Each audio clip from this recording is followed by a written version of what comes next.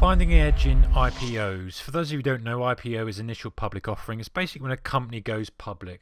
So it's listed on the stock exchange and you can buy shares, NASDAQ, New York Stock Exchange, London Stock Exchange, whatever it may be. Now 2016 was towards the end of the year. We had a bit of a drought in IPOs, but 2017 I'm expecting quite a lot. There's rumor that we're going to have things like Uber, Snapchat, Slack, AIRBNB, to name a few of the high-profile ones. So it could be the year of the IPO. So how does that affect us as traders, as short-term traders? Well, looking back, I think there's quite a big edge in trading IPOs because you have a pure supply and demand imbalance potentially. You have no real history of earnings. All they have is a document which they have to release and all the due diligence before they float the shares. And then, ultimately there's no real charting that goes on. So basically what I'm looking for, my goal of this is to find a strategy that I can use to trade IPOs in the first sort of 1 to 3 month window of trade. After that, I'm not interested. It just becomes another stock to look at. However, it's like a special condition for me when it's in the first couple of months of being first listed. So what sort of edge am I looking for? Well, I'm short-term trader. I'm looking to make as much money as possible with as little risk as possible. So what I'm looking for is something that I can hold for a short period of time, kind of a 10-day trade, a month trade maximum, something like that. Some pattern that's repeatable, that maybe has a bit of history to it, that if I see that in these future IPOs, I'll trade it or at least use it as a bias to trade from, because I think 2017 will have a lot of IPOs and I'm prepared to allocate a bit of capital to this strategy.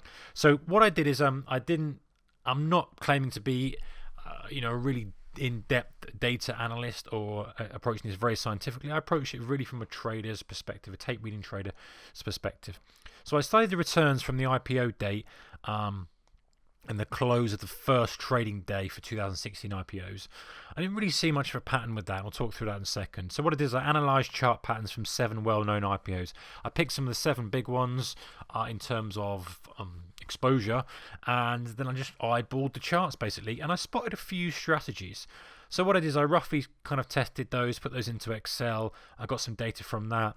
And then I randomly picked some more IPOs from 2016 for companies I'd not heard of, or a couple I had, but most I hadn't, just to see, like I say, not extremely scientific, but it's enough for me to say, okay, there's a bit of a strategy there. How am I going to trade this moving into the new year?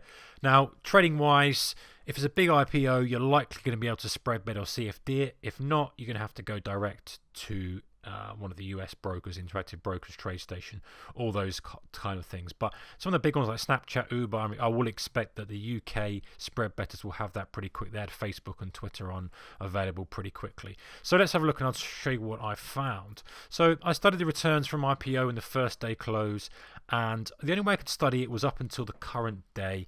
And actually that didn't give me much data, apart from the fact there's about 100 IPOs that I put in, apart from the fact that basically, if you get at the IPO price, 86% of the time you're going to make money. However, we can't get access to that. Most of us can't. You have to have a relationship with your broker, and it's a different ball game. So I'm just looking at it from perspective of when I can get in, which is the first trading day. And when I sort of back tested, or dragged the data out from the first day's close to today, which was a few days ago when I did this, it was about 50-50. Some were up, some were down, some were very good returns, some weren't so good returns. So that's not good enough to get an edge from. So you can't just buy it on the IPO day and say, well, most of them will make money over time, use that as an edge. There's got to be something more to it.